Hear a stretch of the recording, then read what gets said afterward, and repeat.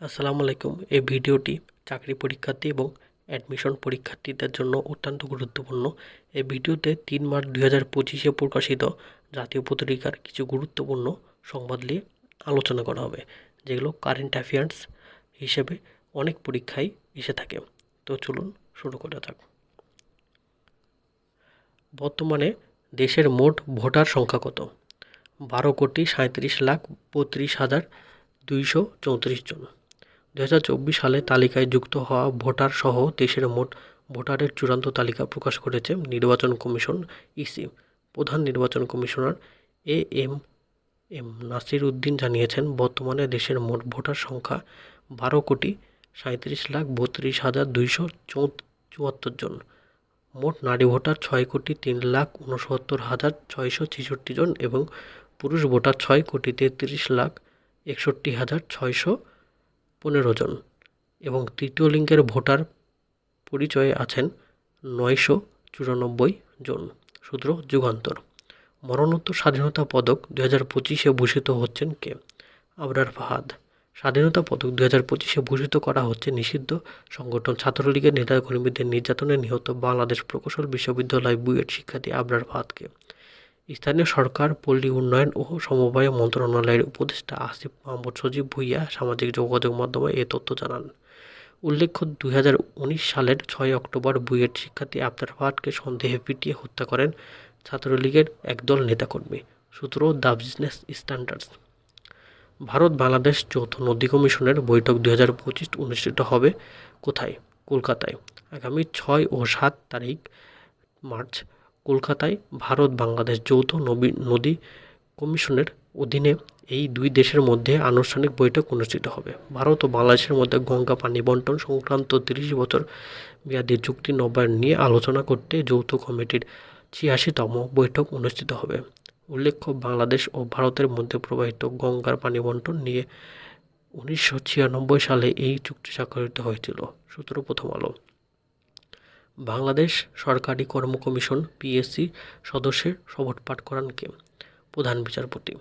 সংবিধানের 138-এর 1 অনুচ্ছেদ দেওয়া ক্ষমতা বলে রাষ্ট্রপতি সরকারি কর্ম কমিশনের সদস্যদের নিয়োগ দেন এবং তৃতীয় তফসিল অনুসারে তাদের শপথ পাঠ করান প্রধান বিচারপতি। সংবিধানের 139-এর 1 অনুচ্ছেদ অনুসারে দায়িত্ব গ্রহণের তারিখ থেকে 5 বছর বা তাদের 65 বছর বয়স পূর্ণ হওয়ার মধ্যে যা আগে ঘটে সে পর্যন্ত তারা সরকারি কর্ম কমিশনের সদস্য পদে বহাল থাকবেন। উল্লেখ্য, বর্তমানে পিএসসি সদস্য সংখ্যা 15 জন এবং অধ্যাপক মোবাশ্বের মোনেম হচ্ছে চেয়ারম্যান। সূত্র ইত্তেফাক।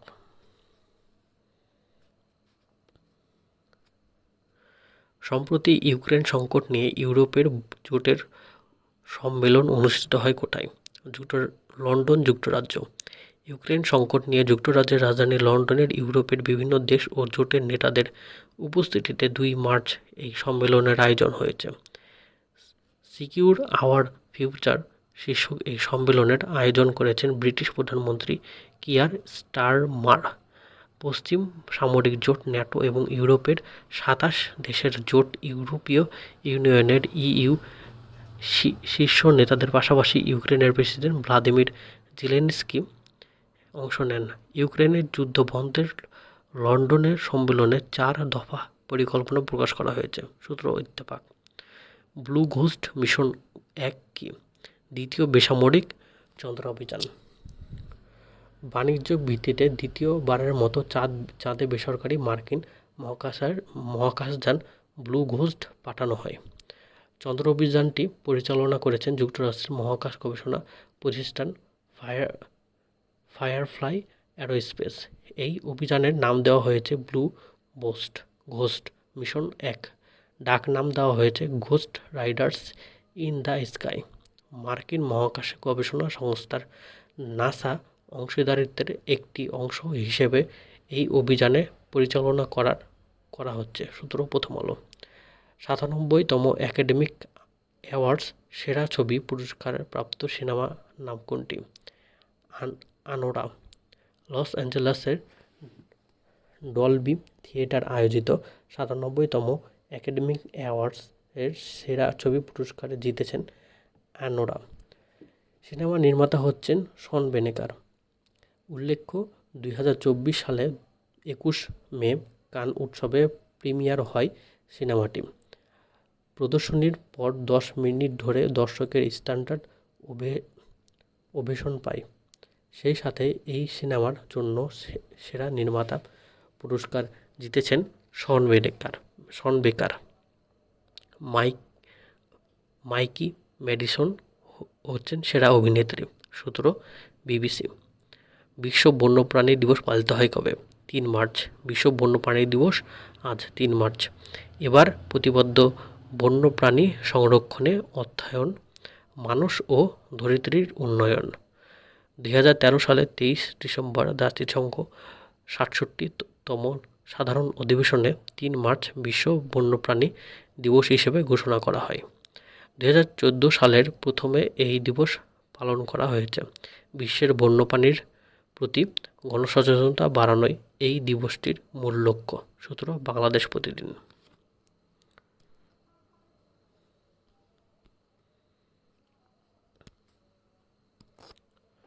বাংলাদেশের ভোটার সংখ্যা 12,37,00,000। মেরিঞ্জা ভ্যালি অবস্থিত বান্দরবনের লামাই। বাংলাদেশ ব্যাংকের তথ্য মতে ফেব্রুয়ারি মাস দেশে রেমিটেন্স আসে 252,80,00,000 মার্কিন ডলার।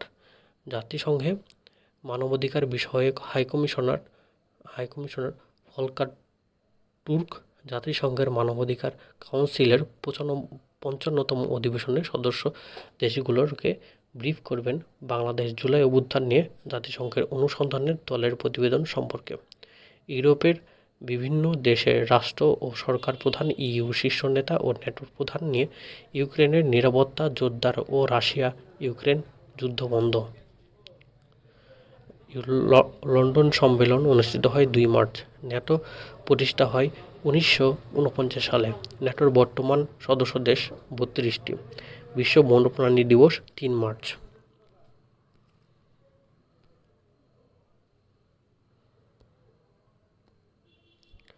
বর্তমানে দেশের মোট নারী ভোটার সংখ্যা কত? 6,03,69,666 জন। পুরুষ ভোটার 6,33,61,615 জন। চলতি অর্থবছরে ফেব্রুয়ারি মাসে দেশে রেমিটেন্স এসেছে কত? 252,80,00,000 মার্কিন ডলার। দেশের মোট রপ্তানির কত শতাংশ পোশাক শিল্পের উপর নির্ভরশীল? 80%-এর বেশি। সূত্র বিডা। বিশ্ব বন্যপ্রাণী দিবস পালিত হয় প্রতি বছর 3 মার্চ। 97তম একাডেমি অ্যাওয়ার্ডসে সেরা সিনেমা পুরস্কার পেয়েছেন অ্যানোরা। পরিচালক শন বেকার। অ্যানোরা। আইএমএফের তথ্য মতে চীনের বিশ্বের কততম অর্থনৈতিক দেশ? দ্বিতীয়। মোট GDP 19.53 trillion dollar. Blue ghost কি? সম্প্রতি চাঁদে সফলভাবে অবতরণ করা মার্কিন মহাকাশযান। জনপ্রশাসন সংস্কার কমিশন কত মন্ত্রণালয়ের প্রস্তাবন করেন? 25টি, বর্তমানে রয়েছে 43টি। ইউক্রেন সংকট নিরসনে ইউরোপীয় দেশগুলোর মধ্যকার বৈঠক সম্প্রতি কোথায় অনুষ্ঠিত হয়? লন্ডনে। ইউরোপিয়ান পার্লামেন্টের বর্তমান প্রেসিডেন্ট কে? রবার্টা মেটাসালা। ভেনেজুয়েলার রাজধানীর নাম কি?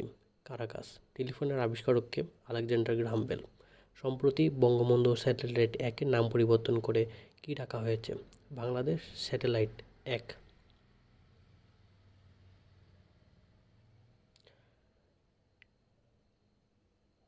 অ্যাজিউর এআই কোন কোম্পানির তৈরি কৃত্রিম বুদ্ধিমত্তা এআই সেবা?